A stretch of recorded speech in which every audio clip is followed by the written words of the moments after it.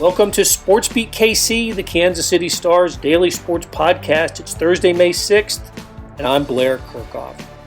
So, Kansas has a new football coach, the fifth in the last dozen seasons. That's if you don't count interim coach Clint Bowen. He finished out a year for Charlie Weis.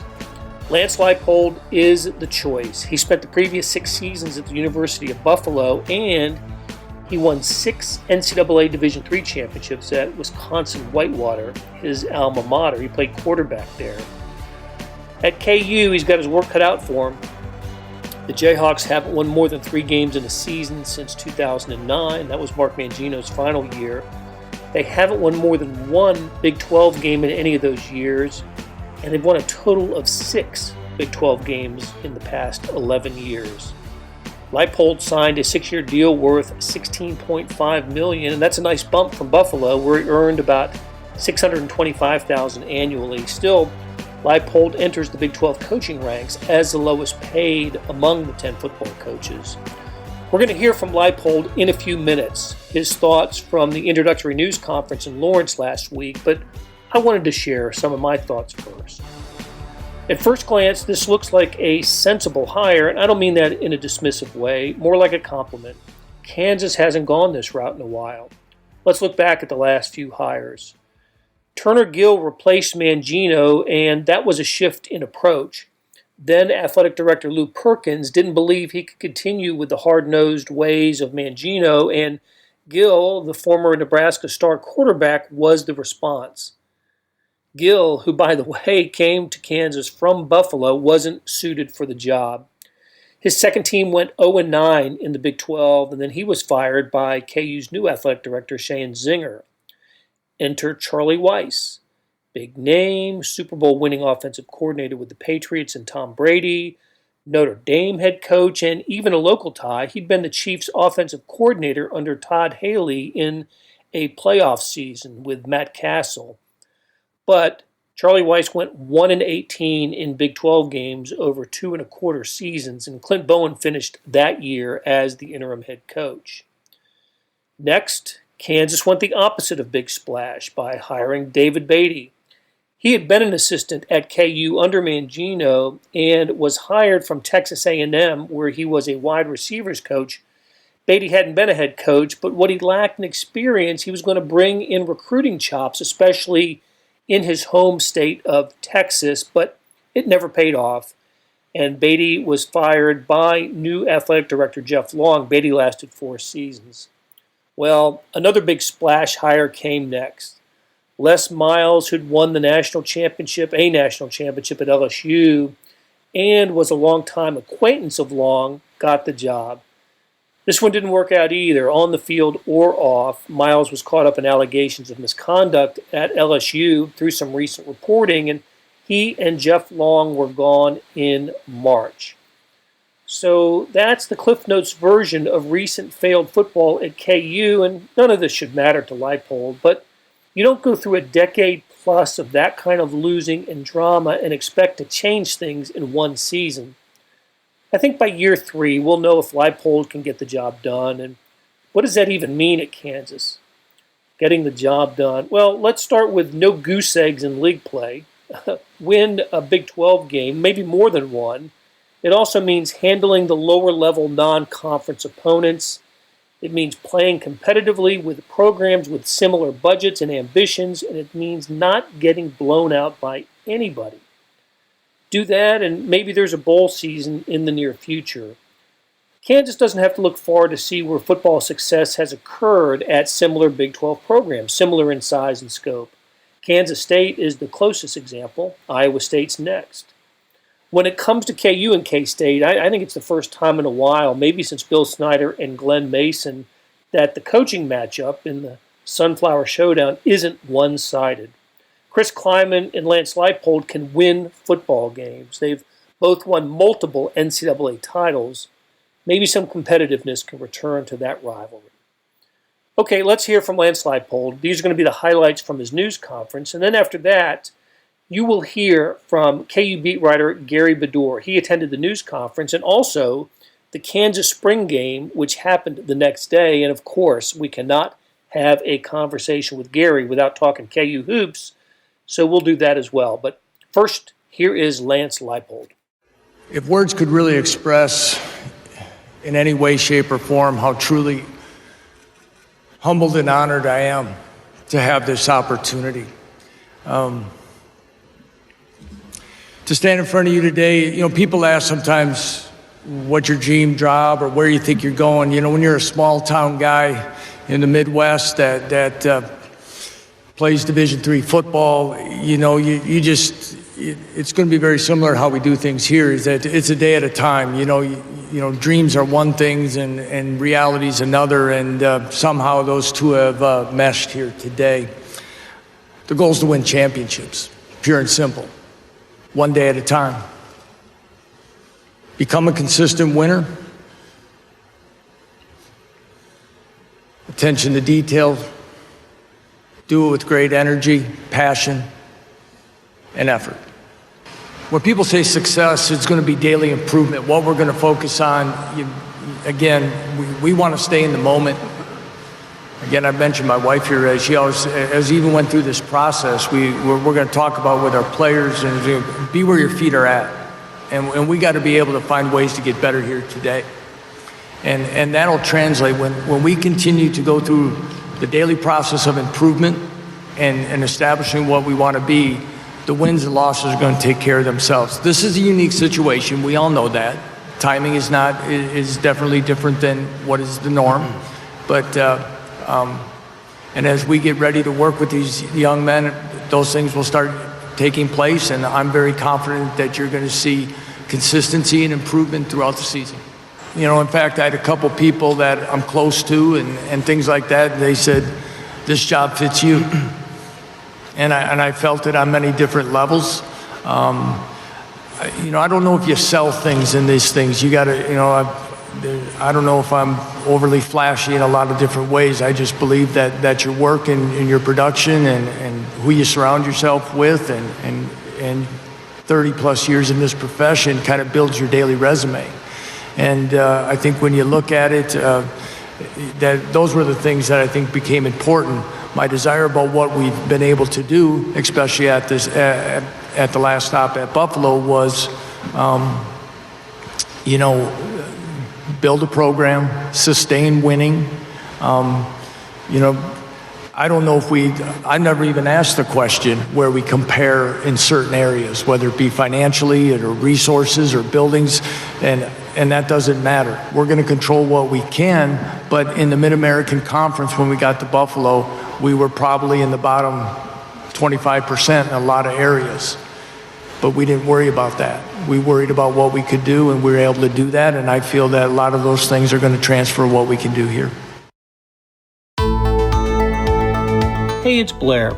We have a special subscription offer for SportsBeat KC listeners, unlimited digital access to the Kansas City Star's award-winning sports coverage.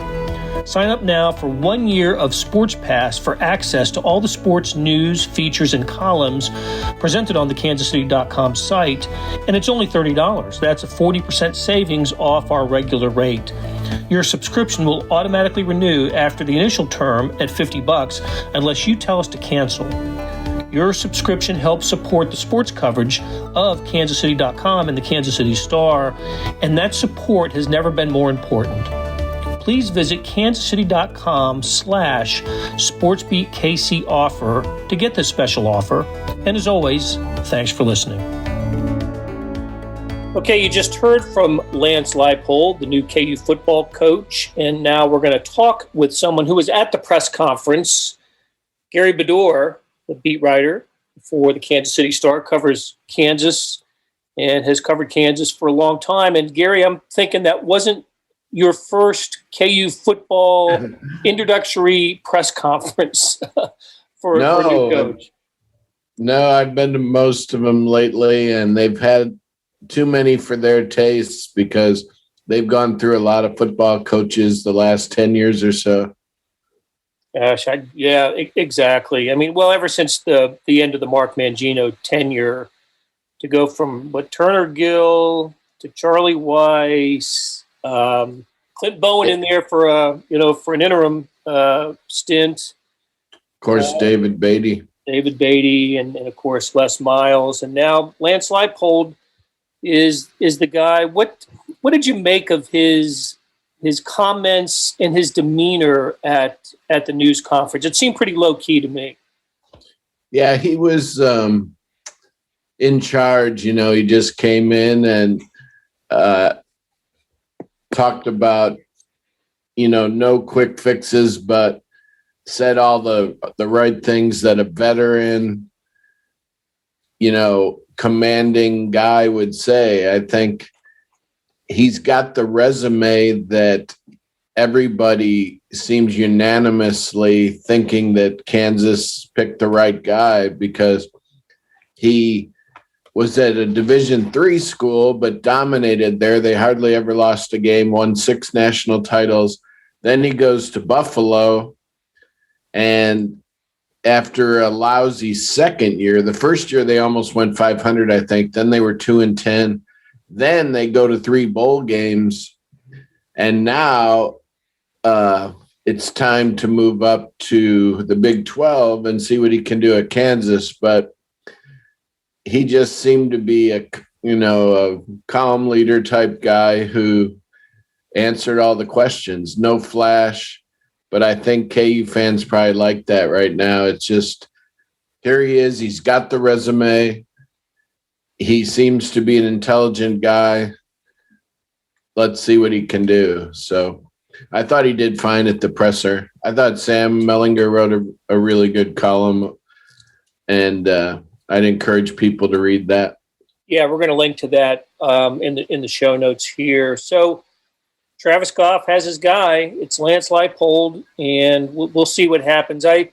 Gary, you're probably like me. It's going to take a little while to get it ramped up at Kansas. It's taken forever for the program to have, a season that you could call marginally successful. But, whenever there's a coaching transition, it just takes a while. And he's inheriting an 0-9 team. And who knows how many players stay, how many decide to transfer. It's easy to leave a program now, just as it is easy to enter a program. Yeah, there hasn't been a radical rush of people entering the portal, which is probably good. He asked the players to give them a chance, and maybe they are. Maybe they're going to meet with him. Well, they are all going to meet with him and see what he has to say, because they do have, like Lance Leipold knows, several good young players that are projected to be good contributors at this level. So he can't afford to lose 10 to 12 guys in an emotional response. He needs to keep those good players. And I don't know I think a couple of recruits have already decommitted from the following class of 22, but they've got plenty of time to recruit guys they want, I think. Right. For that. So far, no mass exodus of much any kind. He's still got to finalize his coaching staff, and some of those players are probably close to their position coaches. So that could be a factor for a few of the guys. Yeah, it has been a tumultuous, end of last season until now for the Kansas football program, and players have, had to deal with the firing of Les Miles and the athletic director Jeff Long, the hiring of Travis Goff, and now the hiring of Lance Leipold. Hey, did you get out to the spring game? Yeah, I did get to the spring game, and it was interesting. They have a team that has a really good defensive line and pretty good defense projected on the whole. Still a little weak at linebacker, apparently.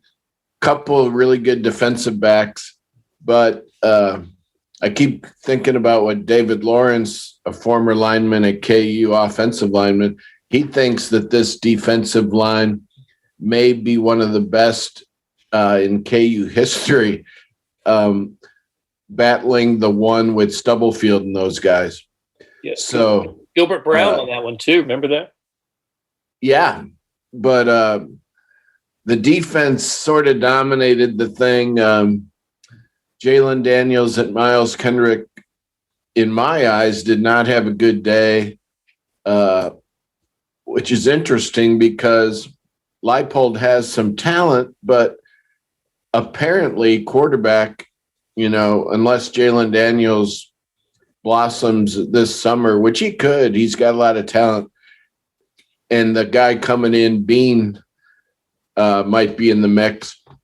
You don't want to be weak at quarterback when you're trying to stop this losing streak. So that's interesting. The receivers didn't do much, but the tight ends did. They got a good group of those guys, and running backs with Highshaw and a couple other guys, they looked like they have a chance. So Leipold has some talent again, but I don't know about quarterback. Yeah, that is a mystery. You mentioned the tight ends. I know Will Huggins stood out according to the reports. Yeah. So I guess if you're a Kansas fan, maybe one thing you can kind of hitch some fortunes to is Leipold is a former quarterback. That was his position, and I heard this during the week that when he was at Wisconsin Whitewater, as you mentioned, Gary, he won 6 NCAA championships, and he did it with 5 different quarterbacks. So Wow. At least that's that gives you some hope that he can identify and develop a quarterback. And yeah, and I would think he would. I think he can coach these guys up, and I did not know that about him being a quarterback. But that's big, because I'm sure he knows exactly what we know he knows what he wants, and I think he's a smart enough guy probably to not have these guys do things that they can't do. So I think KU fans are pretty confident that they have a guy who is a good football mind and will know. They kind of trust him, even though they don't know him, I think, after, all the things that have been going on in football. Yeah, for sure. So it was an odd time, right? Because you had the introductory news conference on Friday, and then the spring game was the next day with Emma Jones, the interim coach. Interesting times for Kansas football. But let's talk a little hoops, Gary, because that is your forte. And there was some news recently about a prospect, Ty Washington, the point guard, who's one of the nation's top prospects. Bring us up to date on Ty Washington. Well, he will choose between 6 schools on the 15th. He hasn't really said if anybody's leading or anything. A lot of people think he could be Kentucky's next point guard because Kentucky needs one, and that has to be enticing to him. But he's from Arizona, and Arizona has the new coach from Gonzaga, the former associate coach there. And I was reading that Ty said they talk twice a day. So he has to be thinking about staying in Arizona with the beautiful, well, not beautiful, but the good weather and all that. And Kansas, he keeps using the quote that Bill Self said he's going to give him the keys to the car to run the program, to run the team. So I think the experts are not expecting a KU commitment from him, but KU is after, or at least recruiting, the former Georgia point guard. And you may have seen that guy play. He was all league, I think, in the SEC. Was trying to remember his name, but Ty, the former Severe Wheeler. Severe Wheeler. Strange first Now he name. averaged almost 8 assists a game. Is he really good, Blair? He was good. He's a good playmaker. Not a great offensive player, but a good but a good playmaker. He declared for the draft and entered the portal. So you obviously, a lot of people did that, and so he's one of a couple thousand in the portal. He'd be an experienced guy. He was second team All SEC this year, and he's noticeable. I mean, he was noticeable. I hear they have a good shot in him if Ty doesn't come. You think that's the backup plan if they don't get Ty? Yeah, if the timing works out, because you know how those are. What if Severe Wheeler wants to decide right now or something? So that all gets tricky. And but I think KU is right in the mix. He's from Houston originally, and KU's had some luck getting guys from Texas. Yeah. Led Georgia with 14 points a game and led the SEC with 193 assists last year. So it would be a solid addition to the roster. Hey, let's take a look at a 22 prospect, Chris Livingston. Tell us about him, and he's the Akron kid, right? Yeah, he's ranked third in the country by Rivals, supposed to vie for the top spot. But everybody thinks he might go straight to the pros. So that's something. And we always hear about that rule might change back to letting guys go. But there's a lot of pro options now with the G League. And I did not hear much about this new league for high school players. Have you heard about that? There's going to be 30 high school players is what they want to join this team that will play prep schools and stuff. Yeah. And it's got some good sponsors, and the players will make $100,000 a year. So it hasn't gotten a lot of pub yet, but that will be another option for the top preps. But if he doesn't go pro, Livingston, KU has a shot at him. Definitely. And they're always in on so many guys. It's funny. Kentucky's gets to pick. Right? He doesn't always get them, but they're always in on the top guys. Yep. And well, so much so that the sort of the way too early top 25 rankings for next season are out, and the 21 class has vaulted Kansas into some people's preseason top 10, hasn't it? Yeah, they're ranked 6th in the recruiting class by ESPN, I think it was, and they're bringing in 7 guys so far, with more possibly coming back. If Ochai and Jalen Wilson were to stay in the draft, they would only be returning 3 guys, I believe it is, or maybe 4 counting Mitch. So it's crazy how basketball is going to be changing, it looks like, with guys transferring like crazy. Almost every team is bringing in a ton of players and losing a ton of players off the portal. KU's bringing in 2 and have lost 5, but some of the guys they've lost, I don't think had minutes in their future for KU. So right, the portal is really changing hoops.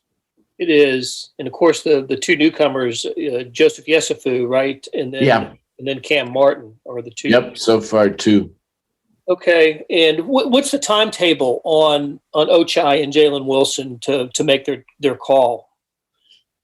It got changed this year, I guess, and it's early July. So, the 7th or something. So they could play with the guys this summer. They all report about the first June 6th or 7th for summer school, and Ochai and Wilson will either be doing the NBA workout thing or probably spending some time here. But that month will be really important this year because Bill has so many new players. at both inside players, point guard types, and not as many shooting guards, I guess. Ochai and Christian Brown and Jalen Wilson. So they need to play a lot of pickup ball this year. Through the COVID year, the offense was, some games they really clicked, but some games, as you know, they could barely score 20 points in a half, and they need to just get out among themselves and develop that way as much as being coached. I think they need to play pickup ball and try to get some smoothness in that offense, which at times was really, really bad this year. I think one of the best examples was one of the last one, the Southern Cal game in the NCAA tournament. That was a disaster offensive on both ends, but especially on offense. So yeah, and the Jekyll Hyde thing, the game before they scored 90 some points against Eastern Washington, I think. Yep. So it was crazy. So many games where they struggled to score 20 and a half, and then other games, how'd they score? You'd be going, how'd they score 95 tonight? But I think the whole year was affected a little bit by COVID. No doubt about it. Absolutely. All right, Gary, great catching up with you. And, because of the changing nature of the calendar, it's never not college basketball season or college sports season for that matter. So don't think you're getting a summer break from me and this podcast. We'll be back. Yeah. I just hope they have the summer camps and stuff, Bill Self, so we can go up there and watch some of these guys. Yeah, that would be good. All right, Gary, great talking to you. We'll do it again soon. Thanks, Blair. That'll do it for today. Thanks to our SportsBeat KC production staff of Derek Donovan, Beth Welsh, Monty Davis, Jeff Rosen, Chris Fickett, and Savannah Smith. Tip of the cap to Gary Bedore for stopping by and talking Kansas football and basketball. Links to stories about the Lance Leipold hiring and KU hoops can be found in the show notes and on kansascity.com. Hey, we got another deal for you. You can subscribe to Sports Pass for 99 cents a month. That's right, 99 pennies a month. Sports Pass is the online version of the Star Sports section. You get all the stories that appear in the print editions of the Star, plus many more stories that appear only on the website. And they certainly appear first on the website, those stories that appear in the print editions. Okay, after 3 months, it auto-renews at $5.99 a month, unless you cancel. It's always a great time to subscribe. The Royals, I know they've cooled off a little bit, but still, what a great start for the Royals. Local colleges are always making news, as we learned today on the podcast. And of course, it is never not Chiefs season. So how do you get this deal? You go to kansascity.com/sportspass2020. That is kansascity.com/sportspass2020. Do you want more than just sports coverage? Check out the entire Kansas City Star product. Sports news, features, commentary, and analysis, the whole thing. You get all the stories written by my talented colleagues, plus additional national news, sports, and business coverage with the e-edition. The details for all of these deals can be found at account.kansascity.com/subscribe. And if you're having trouble hunting down any of those offers, you send me an email, bkirkhoff@kcstar.com, and we will get you to the right place. So whether it's the Sports Pass or the full subscription, you're getting and supporting the best sports and news coverage in Kansas City and helping us produce programs like SportsBeat KC. Thanks for listening. We'll be back on Friday, of course we will, with another episode.